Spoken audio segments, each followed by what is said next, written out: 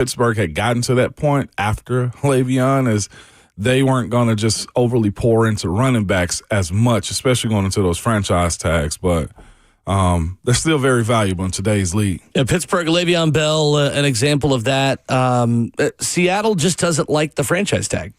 They have used the franchise tag 2 times in 16 seasons under general manager John Schneider. So if that is one of the decisions that's already being made public this morning, I imagine it's one of the easier and more obvious decisions. Because most of these moves that will happen on March 3rd at the end of this window, not today when the window opens. Right, no doubt. I think George Pickens will probably get his soon. Just because of George, I think Dallas is already committed, or at least there have been reports that they're going to commit to a franchise tag with him. I think that tag for wide receivers is $29 million. Between $28 and $29 million, where it's expected to be. And honestly, Mike Fourier wrote about this yesterday. His value is a good bit higher than that still. No doubt. And said that he may not be thrilled about it because the multi-year value for George Pickens on the open market probably pushes $40 million a year. Oh, I know. What? I feel like we do these estimates also where we expect what a number is going to be for any given player going into the offseason. It's always higher. It is. Especially when the salary cap is as healthily growing as it is right now. It is always more expensive than you think it is to sign a superstar in free agency. That's fascinating with George Pickens, though, but too, because the business side of his camp, George Pickens' agents and everybody else that represent him are probably like, let's get to it. George has proven that he's going to be a model citizen moving forward. But the other side I always try to warn fans and players on, specifically players, is, one, they got to see if you can handle it as well. Like, George Pickens hadn't had the best reputation per se in Pittsburgh. Like, he wasn't getting arrested or anything like that, but you got to question a guy that young handling that type of money when you've heard of some of the stuff that he's done in Pittsburgh with attitude or just all of those things. But him getting this money and having to wait another year, Dallas is really going to test him. And we'll see if he stays the same George Pickens that we saw last year, to where he was his best version of himself, to be quite honest with you. And the benefit of CeeDee Lamb and him together is I think Dallas is starting to see that as well. Is a tag and trade scenario realistic for George Pickens? Is a tag scenario realistic? Tag and trade, where they would tag him and then move him. No, that's too rich to me as far as 29. Nah, I just don't see that being the case. Dallas is in that window. If they're smart, I agree. They keep it for Dak. Nah, just thinking about that. If there's a reason not to do it, I think it's that one. But, I mean, on the other side of it, devil's advocate, you could always say, if you're in a window, you don't trade Micah Parsons either. That's very true. And that's a contract they couldn't get done as well. That's true. I don't know. I mean, that's a great point. Offense certainly was not the problem last year in Dallas. No, it was not. It was the lack of Michael Parsons not being there. I think you're trying to flip that defense around under new leadership and try to keep the band together on offense at least. But we'll see. We'll see how he handles being tagged, because he's almost certainly being tagged, so they can save about $12 million. Again, though, the challenge of that is that against the salary cap, you could probably get the salary cap number close to where, 25 to 30 million is where your tag actually is, because a franchise tag number is all a salary cap number for those of you who are unfamiliar. So if I tagged Ramon Foster for $16 million for one season, then I'm paying $16 million against the salary cap to Ramon Foster. Mm-hmm. If you gave someone an extension that was even worth $22 to $23 million a year, I might be able to give signing bonuses on the front end and put void years on the back end to spread out that cap hit over 5 years. And then I would be able to maybe lower your salary cap number below what your franchise tag number would be, even though I'm technically paying you more of average annual value. No doubt. So if you gave me 16 and gave me a $12 million signing bonus, that 12 will be over, let's say, 4 years. So that's 3. Over the length of the contract. Over the length of the contract. That's fascinating. I see a comment in our YouTube chat. Since it's back up, shout out to Jay Hawk, man. Came down from the bird's nest to get it right. But, can you pay 2 ones? Two ones for wide receivers. Looking at Cincinnati with T. Higgins and Jamar Chase. Where is it taken away from?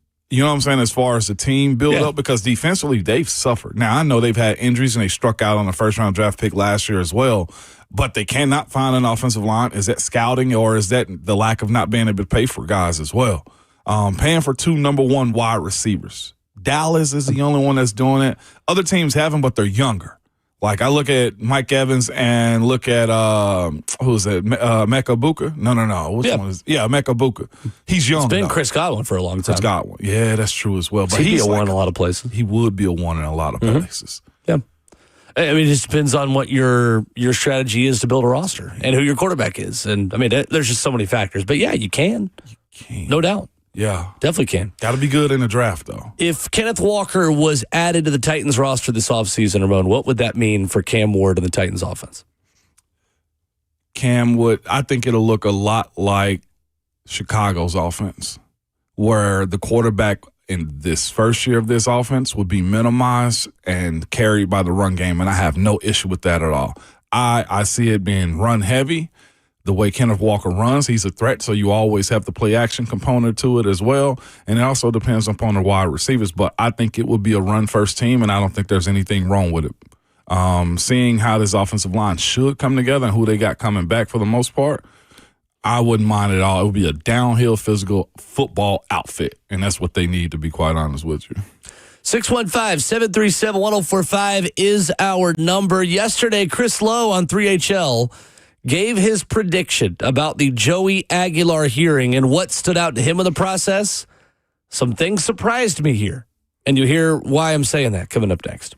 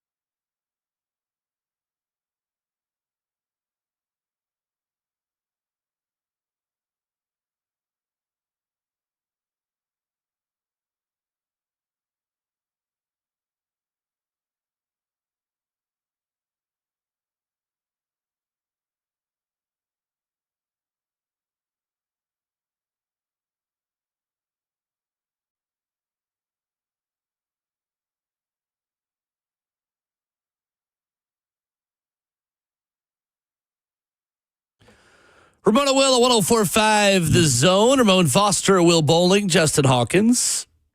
Follow the show at Ramon and Will on Twitter. So Chris Lowe of On3 did his weekly visit with 3HL yesterday, Ramon, and gave a prediction about the Joey Aguilar case based on what he is hearing. This surprised me because this does not line up with just A, my gut feeling, and B, the way a lot of these cases have gone recently. Chris Lowe saying he is hearing maybe some bad news could be on the way for Joey Aguilar. This was from 3HL yesterday. So again, to reiterate, do you think that Joey Aguilar gets good news or not? Just based on some of the people I've talked to who have tried, I just say try, but have been a part of some of these hearings, sports eligibility type deals, I think there's a better chance that he doesn't than he does.